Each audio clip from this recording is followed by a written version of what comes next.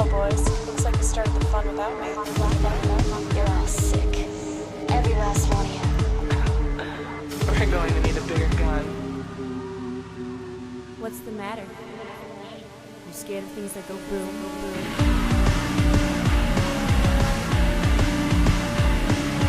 Give me one goddamn reason why I shouldn't blow your goddamn brains all over that goddamn wall.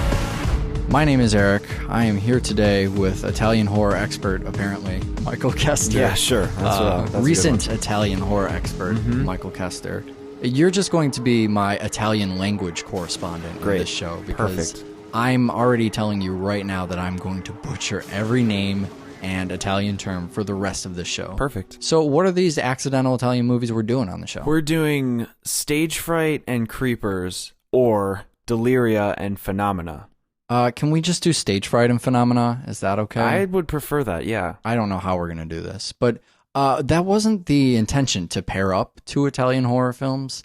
In my mind, I wanted to do some kind of Argento something. I don't even know where to start. There's all the weird witch shit I haven't seen, so I don't know where to go with that. And I was thinking, all right, we've been wanting to get one of these 80s slasher things on here for a while. I don't know, let's do the one with the owl guy. And I forgot about all of the tie-ins between the two movies. So it's just one of those things where the double feature, the movies were drawn together. These are also artsy slashers, though. I think that's the thing that was probably the most obvious. Yeah, they're definitely varying levels of art. There's varying levels of an art to slasher ratio in each film. Yes, and we'll get to that stuff. Also, another part of it was you showed me Stage Fright, and I was looking for something crazier. So I will see you, your owl head, and raise you some telekinetic bugs, apparently. We're going to spoil both of these films. I think I just did that. But you don't actually care what's in the films, right? I mean, is anyone going to be mad that I spoiled these films? Oh, boy. Don't even get me started on that. All right, whatever. But I think if you haven't seen these movies, you're just fucking around listening to this show, so you're fine. But if you think you're going to get spoiled and be mad, rather than send me an angry email, why don't you just go ahead and use the chapters to skip ahead. So we're going to talk about Stage Fright first. If you haven't seen that, skip over to Creepers or Phenomena or whatever the fuck you want to call it. There's actually only one film, but you made it sound like there's three. Yeah, there's a ton of films on the show today. Creepers and Phenomena, that's the same thing. Creepers was the US title, and the shorter version, which maybe is the version you should see. You think so? I don't know. I haven't seen. Neither of us have seen both versions, so we don't know. Well, when we get to it, I'll explain why I don't want to see a shorter version of the film. All right, so I guess you've been sufficiently warned and instructed. Let's start with all right, so here it is. First Italian name. Are you ready? Sure. I believe it is a Michele Soavi film, but I could be completely wrong. And it is called Deliria, or Stage Fright. Stage Fright's the US title. Here's something that blows my mind already. They decided to retitle the movie Stage Fright in the United States, despite the fact that there's already the Hitchcock Stage Fright, which is usually why they retitle this shit, because there's already one that exists over here. So this is a director that got started doing second unit stuff for Dario Argento. I think he got started on Tenebrae, and he didn't actually do anything full length until he did the World of Horror documentary, which was about Dario Argento. So someone who's kind of a fan of Argento stuff, starts working with Argento, starts filming the behind the scenes stuff, putting together a documentary. And it wasn't until Stage Fright that he was doing his first full feature. He also did Cemetery Man, which we'll get to. We'll cover that later in the show. But we can see him within the film as well. He's the cop who's outside in the patrol car. I'm going to guess he's the younger cop. The James Dean cop. Yeah, the James Dean, not the Marlon Brando cop. So while we have all this newfound knowledge about Italian shit, this starts at the heart as a slasher movie. I think that's where the real roots are. And this was something you showed to me. So yeah, I mean, it's everybody on the show fucking knows that I did a slasher thing, and it's kind of consumed most of my film knowledge up until I learned about kaiju, which I will force you to put on the show. Sure. So Stage Fright is one of the films that if you fucking Google slashers enough and you scroll past the first 10 pages, which are all look how many Jason t-shirts we can make. Right. You finally get to things like My Bloody Valentine, House on Sorority, everything that's getting remade right now, essentially. The ones everything that's been getting remade for the last decade. The stuff that you don't realize are actually remakes. Prom Night, Sorority Row, stuff like that. So Stage Fright, yet to be remade, was one of these, secret slasher films, let's call it. One of the one-offs, as it would be if we were in the world of Behind the Mask. And it fulfills the checklist of the standard slasher, even though it seems like it's going to absolutely destroy some of the rules. Yeah. The one thing that always stands out to me, it's been a long time since I've seen this film, so when we watched it again, toward the end she picks up a gun, and I think I'm tired. It's a sleepy day for me. So I started singing about how she was breaking the rules. And you often have songs to accompany the films we watch. That's no secret. That's unfortunately for our listeners, you're not watching the films with me, because a lot of times I come up with theme songs for two characters. Right. We'll get to one that actually I'm copywriting right now that we did during Phenomena. But she picks up a gun, and I go, ooh, breaking the rules, not allowed. But then first off, the gun doesn't work. Yeah. So immediately we go for an eye stab right back to the formula. Yeah. But some of the other stuff, the really, the rootsy, you don't realize it's slasher formula stuff, totally comes into play here. The name is one that stands out to me. So the name ends up being not an anonymous owl, as we'll get to, but Irving Wallace. Right. Irving Wallace is the owl killer.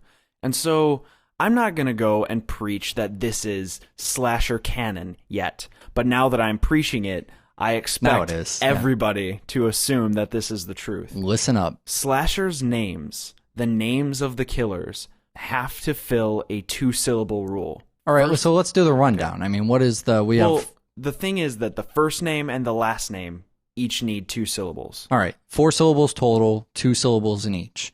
We have Freddy Krueger. Yep. We have Jason Voorhees. Leslie Vernon, as you mentioned earlier.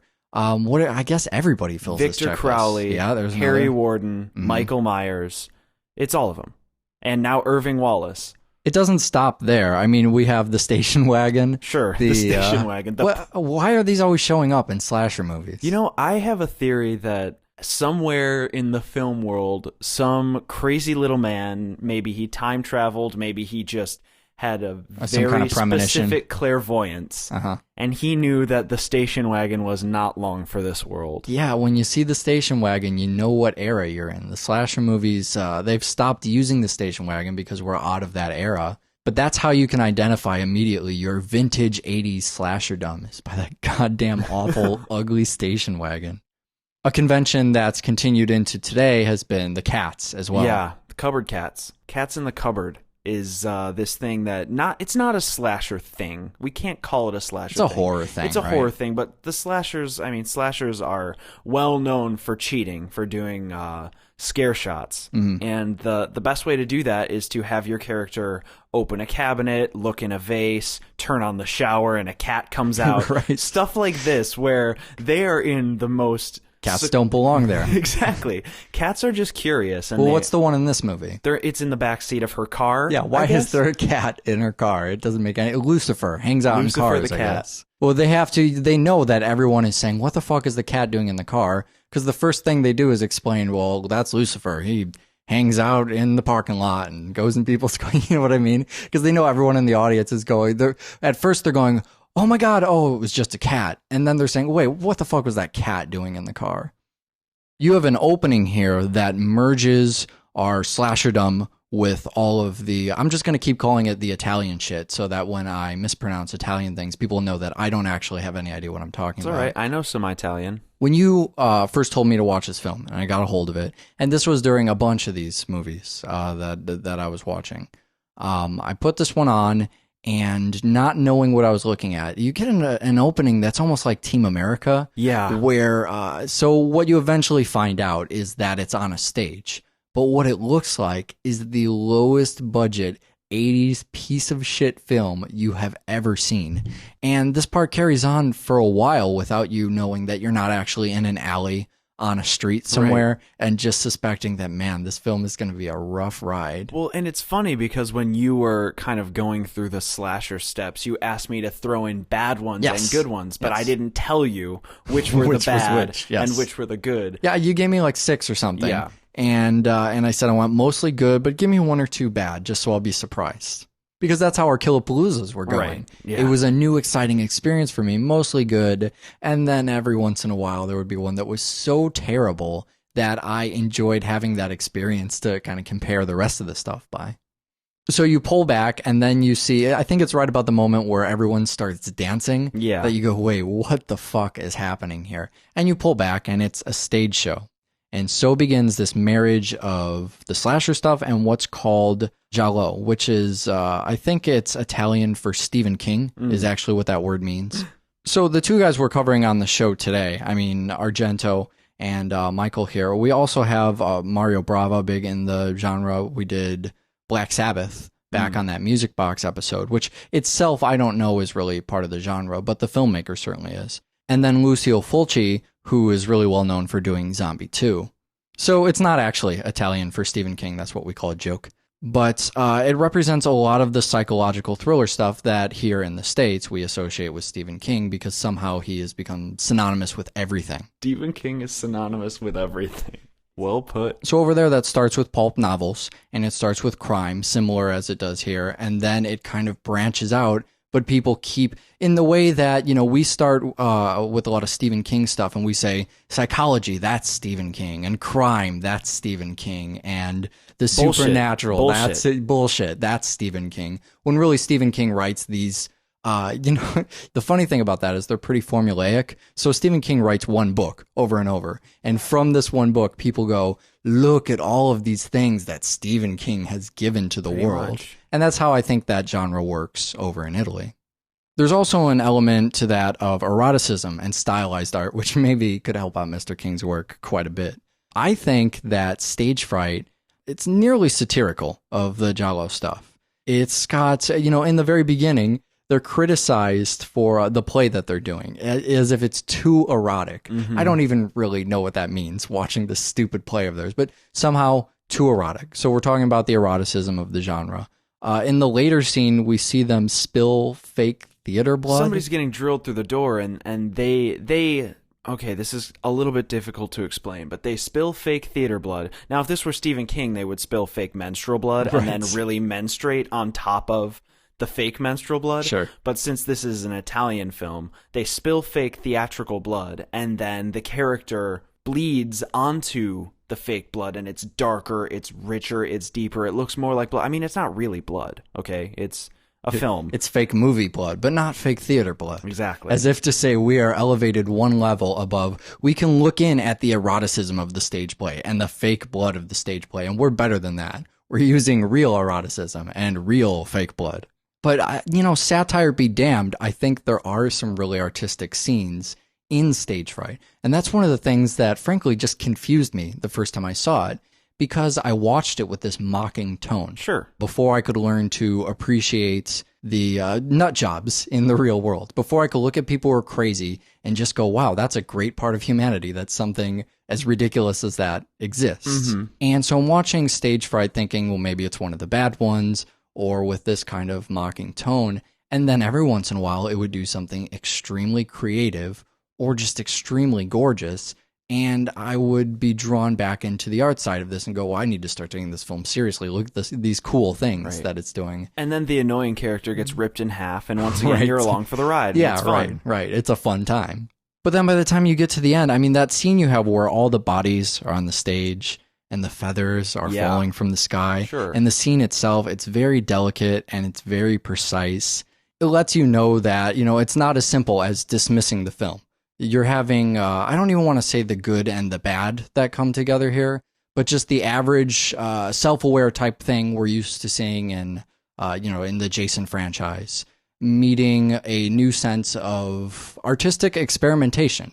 This is a crew, this is a director specifically, who's decided, I'm going to make a slasher movie, and goddammit, I want to put artistic scenes in it, so I'm going to insert them without any kind of hint of irony, or this is what this means about the film in a broader sense. We're just on a fucking stage, and there's feathers falling from the sky, and I'm going to show off at this point. It's showing off, that's all it is. Even as that scene ends, you're watching it from under the stage, and you have the feathers coming through. Eventually the owl is on fire, and suddenly it feels very dramatic and very serious. And I think that fucks with the audience a little bit. It certainly put me in a position where I didn't know how to feel about the film. And still, when those scenes come back up, you know, I tell myself in my head when Stage Fright starts that, all right, this is going to get kind of serious and beautiful and glorious at the end. And it just keeps bringing me back to the survival pack is running around and people are getting drills through their abdomens. And then it comes back to the owl and I'm confused again.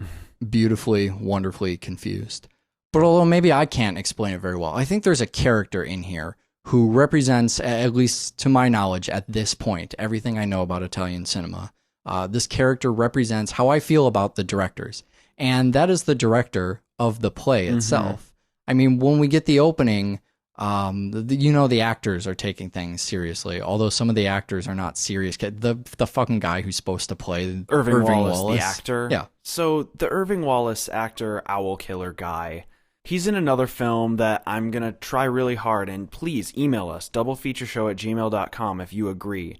I'm going to try to get Eric to do House at the Edge of the Park on the show. I don't know what that is. It's another Italian film, but there's a lot more penis shooting. Okay, I'm in. Not defining what that means. What? So this character is our slasher comic relief, made famous by the Friday the 13th franchise, who for a nauseating 5 or 6 I think it's 6, 9 maybe more. or 10 films has a comic relief character who makes jokes, and not only are his jokes bad, and not only does the audience groan and roll their eyes every time he opens his fucking mouth, but so does everyone in the film. Yeah, it's as if nobody likes this character, and even the people who wrote the film went, we hate this guy. Right. Everybody hates this guy. We don't know why he's here. Yeah. Well, that's how you get away with, I mean, in a script where you have cheesy dialogue, if you were to hand me a script and you wrote something extremely obnoxious and I was not allowed to change it, what I would do as a director to combat that is just have everyone else in that scene turn and look at them as if they just said something really stupid. So now it's no longer the film saying something stupid. It's one retarded guy in the film. So you have a scapegoat character to work out it. So basically you're saying maybe the director looked at the characters, went, this guy has the worst dialogue. Yeah. And all of the other characters will be aware of that. By contrast, everybody will seem a lot less cheesy than this gay owl guy. The director is the opposite of that character, the polar opposite. You know, he tells that character, for instance, your character will no longer be an anonymous owl. Great, now we know our killer is Irving Wallace, not an anonymous owl. But this play for him is life and death. There is nothing in the world more important and sacred than his play. And as you see the events that are taking place on stage, there's almost a slapstick quality to how insane they are, how not serious they are, how comedic they are. Yet when the camera turns around and looks at the director sitting in the chair, he is stone-faced, dead serious, looking at it, evaluating everyone's performance. The precision that I talked about. Within the film, you're seeing that of the director. He's going, all right, and this is the part where the owl in the leotard does a flip, and then the characters over here need to convey some kind of emotion. Sure. This is dead fucking serious to him. And then you look back at the stage wondering, wait, so what is he evaluating? Wait, and why is she making out with this mannequin? Yeah, and it's just people dancing around and being idiots once again. And that's how I view Italian horror directors. Well, it's also possible that this director, having worked with the next director that we're about to cover, maybe he was making a jab. Yeah, he could be. You and I both kind of have, I'm not going to say bounding experience in Dario Argento, but I think we both kind of know how he is as a person. Yes, he's a crazy person. That's exactly how he is. I guess we forced ourselves into talking about phenomena. So let's get to the Dario Argento stuff.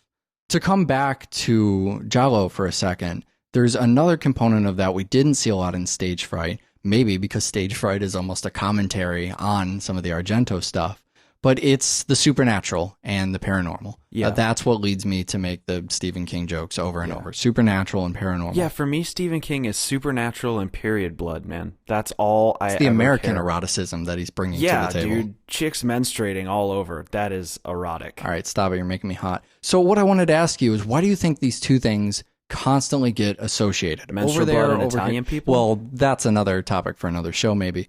But psychology and the supernatural, always hand in hand. You do a psychological thriller, but it also has to have ghost shit or paranormal shit. And for some reason, that marriage I hesitate to say it works, but it certainly occurs over and over. Here's my theory on that, and I think that it has to do, it's more of a sum of the two parts working separately, if that makes any sense. No, it doesn't. Please Great, elaborate. let me explain. Right. So psychological stuff is all about, the human mind, and let's be real honest, there's philosophy shit that we covered. I don't remember which of these films talks about philosophy. I think it's actually Stage Fright. Somebody's reading a dumb fucking philosophy book. Oh, yeah. Turns out people are boring. Turns out the stuff that goes on in people's heads may be fascinating on a scientific level, may be fascinating watching nerve endings fire and axons and synapses blast off down your fucking leg when you're being electrocuted, but people don't ever think anything very interesting. Another thing is, supernatural stuff is dumb because it's not real. Now, if we could make our brain be interesting and supernatural stuff real, then we have a fucking movie. Maybe it's just the humanistic part of me that has a real problem going, human beings are boring. Well, I just mean psychology is boring. Yeah. I mean, psychology does nothing for you. It doesn't do anything for me, and I guess people are trying to combat that. I can understand the science of psychology, why people are the way they are. But in a psychological thriller, it's always... They take the wrong side of it because they're going for the supernatural, because they have to take the theoretical end of psychology, and that's the boring part of psychology. Yeah. That's the fucking stupid... Because a lot of it's made up. A lot of it's Freudian, Carl Jung, blah, blah. I'm talking out of my ass, and I'm talking to bugs. Yeah, I think it's lazy. I mean, I'm not saying that you, it sounds like your position is that you can't make a psychological movie that doesn't have something to pique your interest. I mean, I think you could certainly make a movie just showing a person going insane, showing a person losing it. I mean, you don't need a supernatural twist to make that better. Right. You just have to fucking do your job, and it's hard. It's a lot easier when ghosts appear into the frame, because then you look at ghosts and you don't pay attention to the poorly woven narrative or the underdeveloped characters. It's just bullshit on both ends when these films come out. The thing that it accomplishes very quickly is that your characters question their sanity. You have to find something really connected to a character in order to make them question their sanity if everything in your film is going to be normal looking. That is a big challenge, so much so a challenge that as I'm saying this right now, I'm searching for an example and I can't find one. But man, if you want to show a character breaking down mentally, then, look back at when we talked about The Shining. I mean, there's a perfect example of how do we know the character is breaking down? Well, he's seeing all sorts of weird shit. There's ghost people wandering around, the house is doing crazy stuff. So we know at that point that he's breaking down. It's a lot harder to show that when a character is just talking to themselves or can't find their keys or something a lot more mundane, something that people wouldn't find nearly as interesting. You have to have a director behind that, or a cinematographer, or an art department who has some real fucking vision to make something like that work. That was a long way to answer that question, but finally we have narrowed down why these two things always come together. You know what I think was a good example of that? I mean, there's the Italian film, The Black Cat, which operates in that genre we keep referring to. But also the movie The Black Cat that we saw at the Music Box. Okay, yeah. I know that show hasn't gone up yet. It'll go up soon. But there was a perfect example of someone who is just falling apart mentally. And you didn't necessarily need things to get... I guess things got a little bit weird in that movie. But certainly an example of where that comes up. So the other thing I wanted to ask you is, what is the association between insects and the human soul? Is it because of the multifarious mystery of them both? No. I'm just going to go ahead and say that there's no connection whatsoever between bugs and the human soul. And furthermore, no connection between bugs and humans, no connection between humans and souls, no connection between souls and don't say it. Don't say anything. It. Don't say it. If you say there's no connection between bugs and souls, you're going to make Dario Argento very angry. I'm sorry. And you would not like him when he is fucking angry. So I love this guy. And I love him maybe except for, but more likely because of the fact that he is crazy. I mean, to go back to people are boring psychologically, I would love to get inside Dario Argento's head, because I think the guy is, he is so far away from what I consider the norm, but even further away from what I consider myself as a rational human being. Just to have a conversation with this person, it is like talking to someone in an insane asylum. So in preparation of the show, I was reading a bunch of interviews with him. And in all of these interviews, he's expressing his sadness that people kill bugs. And I mean, I can kind of understand. He's appealing to my sense of, you know, the animal rights movement and what I find hypocritical about that, in that people want to save cute and cuddly bunny rabbits and they want to save the dolphins, but no one has a problem with squashing a fly. Some people have a problem, like Jennifer Connelly does, with squashing a fly. Right. But most people save the cute animals and let all the bugs and stuff die. They're not important. They're kind of gross. They annoy me. So I'm going along in this interview and I'm agreeing with what he's saying, or I'm understanding it. I guess I'm not agreeing with it because I kill bugs and I have no problem with killing and eating animals, despite the fact I'm a vegetarian. No problem with killing and eating animals.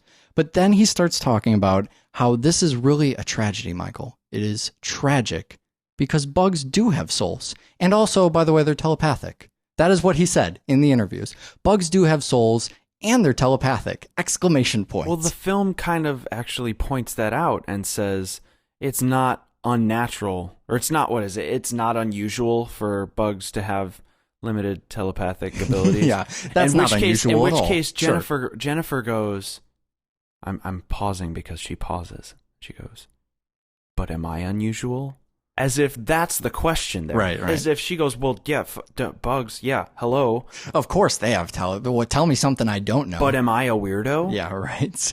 Whoa, hold on. Humans with telepathic powers. Humans talking to bugs. And I love those leaps in this movie to say, all right, all bugs have telepathic powers. This we know. This has been proven. It's like when people say, when they talk about auras, and they go, well, this much we know. You can scientifically photograph the human aura. I mean, we've established that. Okay. That is total bullshit. But wait, can I talk to bugs? Is there something odd about that? You know, the part we get toward the end with the buddy fly element, and Jennifer's character's following around Buzzy a fly. cop. Yeah, buzzy cop. That's nice. We're following a fly to a crime scene. We have no problem with the fact that Jennifer can communicate with the fly, that she sees the fly in the box, that they have a telepathic link.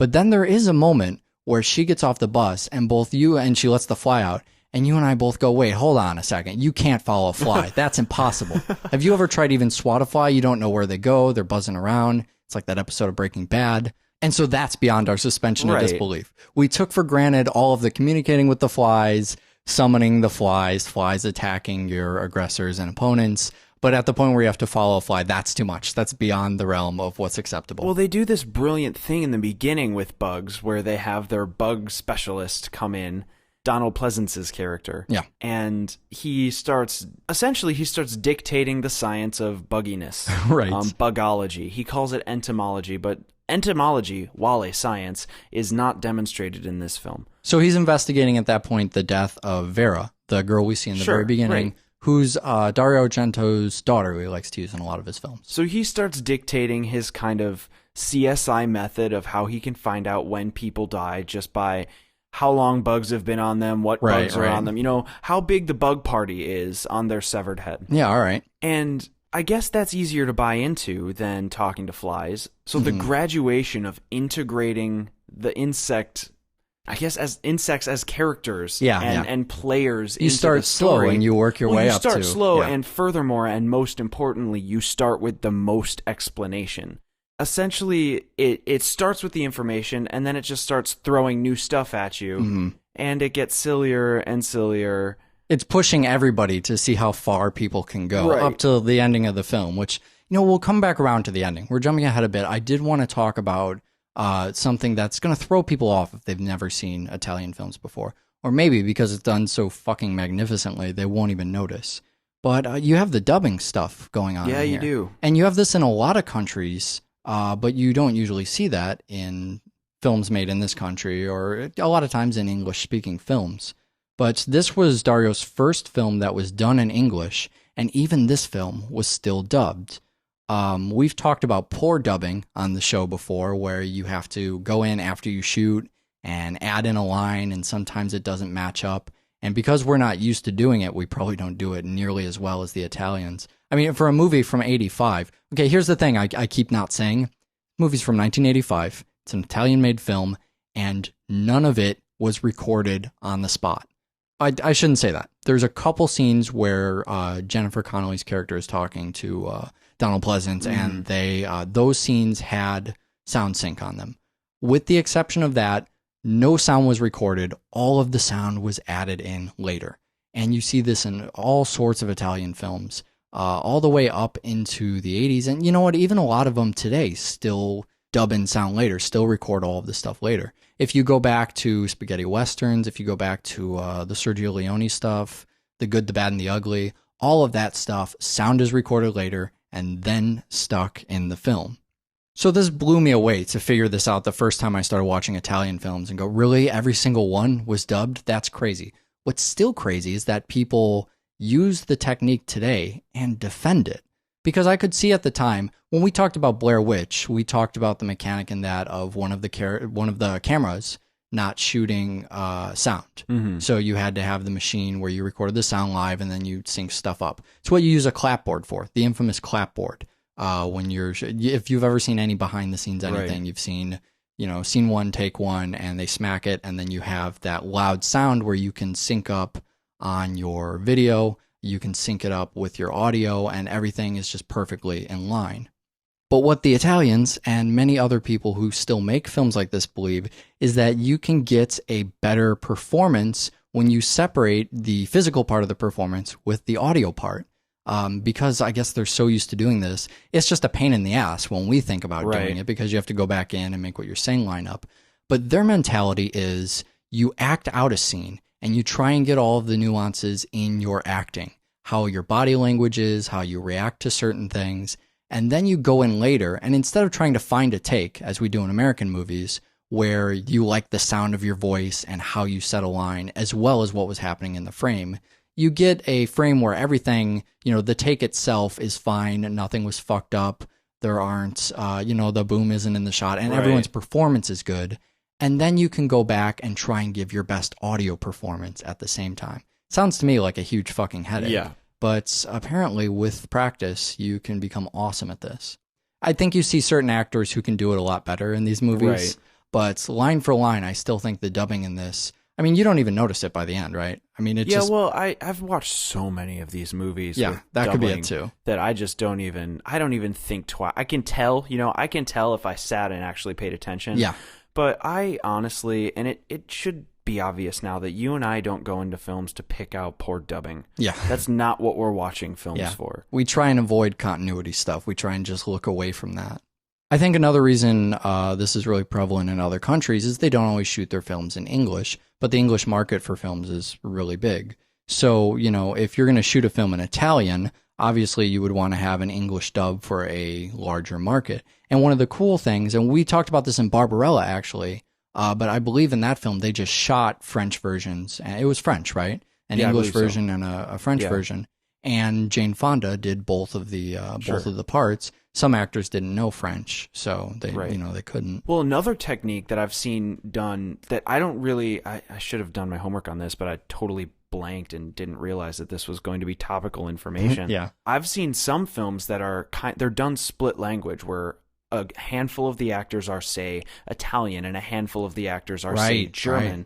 And essentially what's done is they shoot the film in with all actors speaking their native language. And then for the English version, everything gets subtitled and everybody's stupid, so nobody realizes when there's an Italian person versus a German person. But in the German version, only the Italian lines are dubbed or subtitled, and then the German version, obviously, it's the opposite. And I don't know if that's because there's some production split, or maybe there's just they're using different countries for shooting, but I've seen it done a few times. A lot of times I think you have the actors that you have, and sometimes they know the specific language that would be optimal for the film, and sometimes they don't.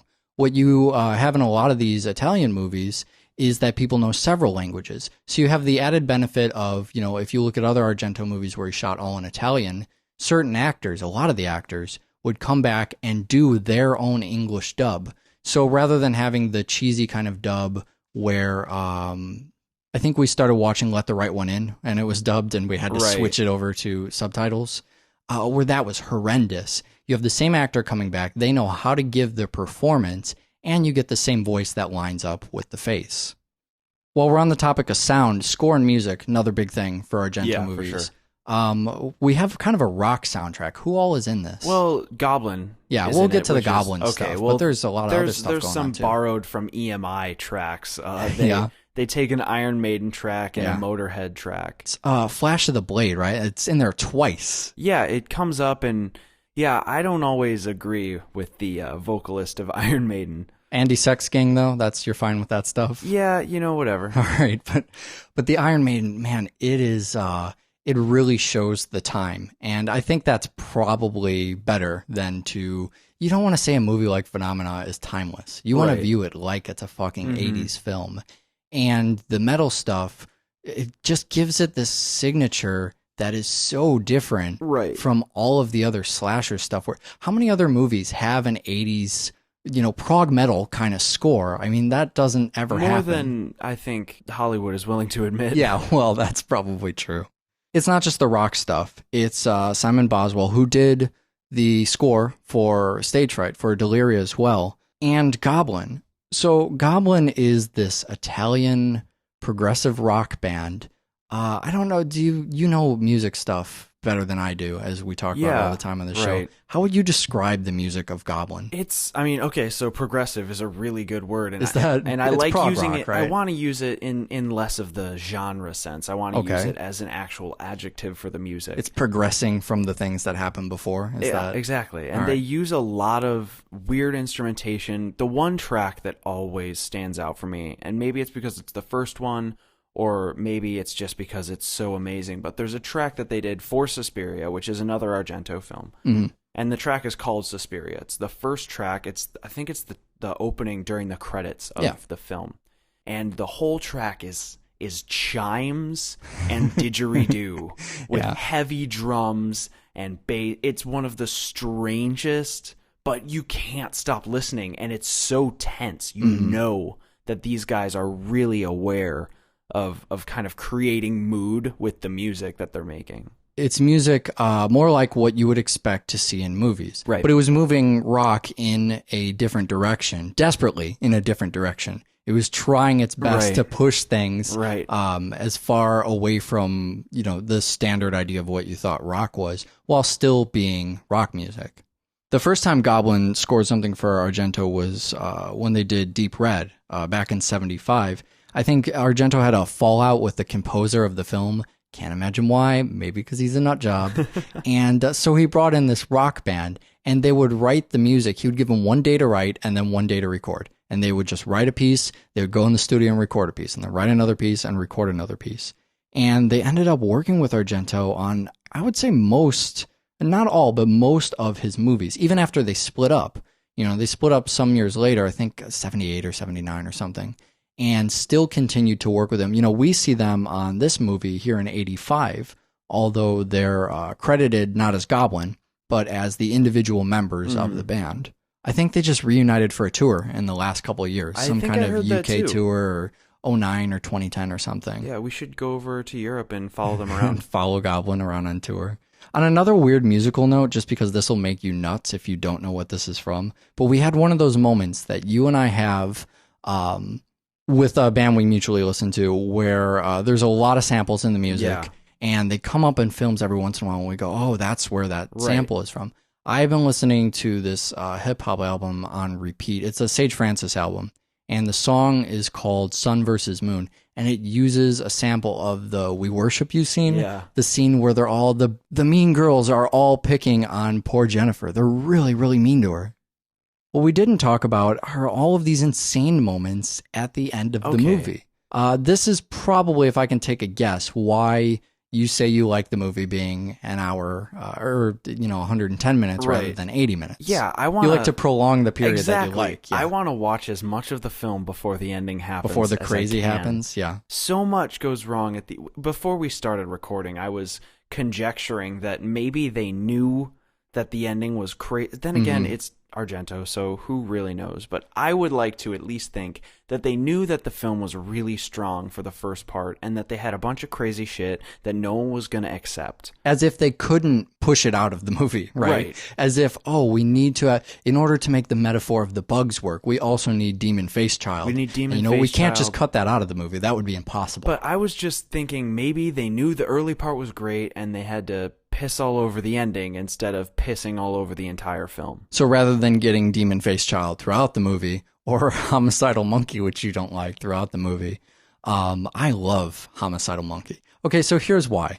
After you have the fall into the pit of bodies, which is pretty messed up. Yeah. And then you have the stuff with the kid's face where the kid is crying until he turns around. And then he roars and becomes an evil. Yeah, he has demon spirit going on in there. All the stuff with the insects where she's summoning the insects for the last time. Then the fucking lake is on fire. Yeah. I mean, it's really, they're just throwing everything into this is obviously the climax of the film. They want to make sure there's no confusion about that. Lake is on fire, check, pile of bodies. All right, that's fine. Demon Face Child coming back with that, the spear weapon. What a strange weapon too, for a slide. It's like the self-assembly. It's a collapsible spear. Some kind of pointy curtain rod or something that he's attacked. It's airplane friendly. I think that the kid is attacking people and the mom's defending the kid. I'm okay with that. But I can get on board. I don't know if that's provable within the film itself, but none of that stuff matters.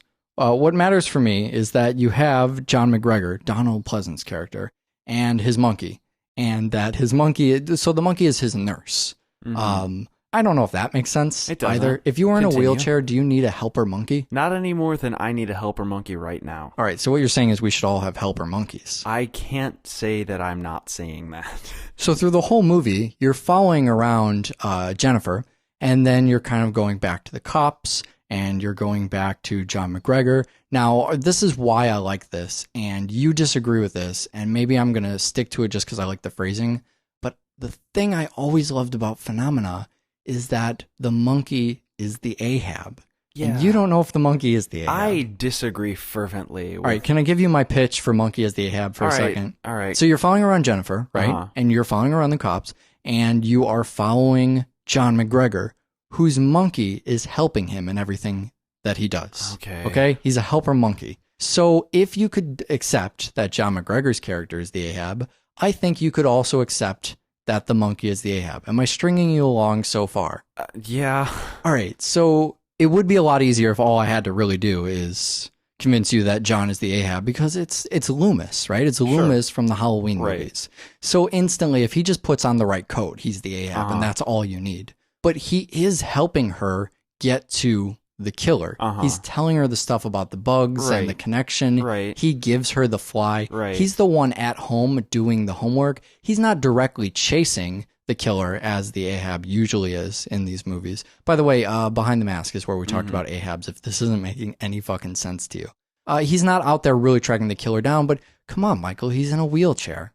I think you're just being biased against the handicap here. Here's why I disagree with your vicarious monkey nurse Ahab theory. Look, I tried really hard, didn't I? I mean, you have to at least applaud my effort here. Yeah, I guess. So one, Donald Pleasance is not the Ahab. Because in order to be the Ahab, you have to have a past with the killer, and you have to be independently trying to find the killer, not brought to the killer by the survivor girl. In a story this convoluted, you don't think I could find some link if I strained to Donald Pleasance's character? You could try really hard, but then you'd have to link that to the fucking monkey. Okay. Which does not work. Also, the monkey doesn't ever once come in contact with the actual killer, if the killer is in fact the child. The monkey kills the killer's mother, which is way more of a Jason thing than it will ever be an Ahab thing. Okay, so I would have to say then that the mother is the killer, and that would help me in that scenario, but I still need the monkey to have a past with the mother. You're saying that's the missing piece to monkey is the Ahab. I need to prove that the mother had a past with maybe the monkey is the one who raped her, and that's why there's the demon child. Wow, this has gotten so offensive. All right, I'm willing to just leave it at the monkey cuts her throat at the end, and that just makes me super happy. All right, well, I already mentioned that if you want to make Eric watch House at the Edge of the Park, email us at doubleFeatureShow@gmail.com. I'm pretty sure I just said I would watch that with you. Yeah, just email Eric, convince him to watch it. Whatever. Also, doublefeatureshow.com if you want to go and download all of the fucking other shows we referenced in this show. What else we got? So even without carnival names, people continue to donate to this show. So thanks for that. We got donations from Holly, from Mike, and another one from Sheila. So thanks a ton, guys. I know we're still kind of up in the air as far as what we're doing. We've been getting a lot of really great ideas on the Facebook page, and I think we have one kind of picked out. We're going to iron some stuff out with that, but in the meantime, glad people are still willing to contribute to the show. If you want to send a donation, go to donate.doublefeatureshow.com. And of course, everybody who donates will be eligible for that, whatever the fuck it is we're going to put together, which will be awesome, by the way. So we have 2 movies coming up next time. It's double feature. What are the movies? We're going to do 300 and Rambo. That's Rambo 4, the 4th film in the trilogy. All right. So should people see all the Rambos? Is that what's going on? We're going to cover Rambo 4, okay. The 4th film in the trilogy. So this is going to be a weird thing for us, and we'll talk about it. But I do think people should just see Rambo 4. I mean, they can see the others if they want. Sure, independently. But don't say, oh, man, I can't tune in next week or I can't listen to that part because I haven't seen all the Rambos. There's a reason we're not doing all the Rambos. There's a reason we paired Rambo 4 with 300 because I think that people who listen to the show for shit like Phenomena, for slasher stuff, people like gore or blood, that is enough to get them to come to Rambo because that is what is on display there. If you like something like 300, maybe not even specifically 300, but stuff in the genre, stuff that is gory or bloody something or gruesome. Really historically accurate. No, not that. Then you can watch Rambo. So I encourage you, just challenge yourself if you don't like the Rambo stuff or you're not into Stallone. Fucking watch it anyways because there's some interesting stuff there. So what you're saying is watch more fucking film. Whoops, bye.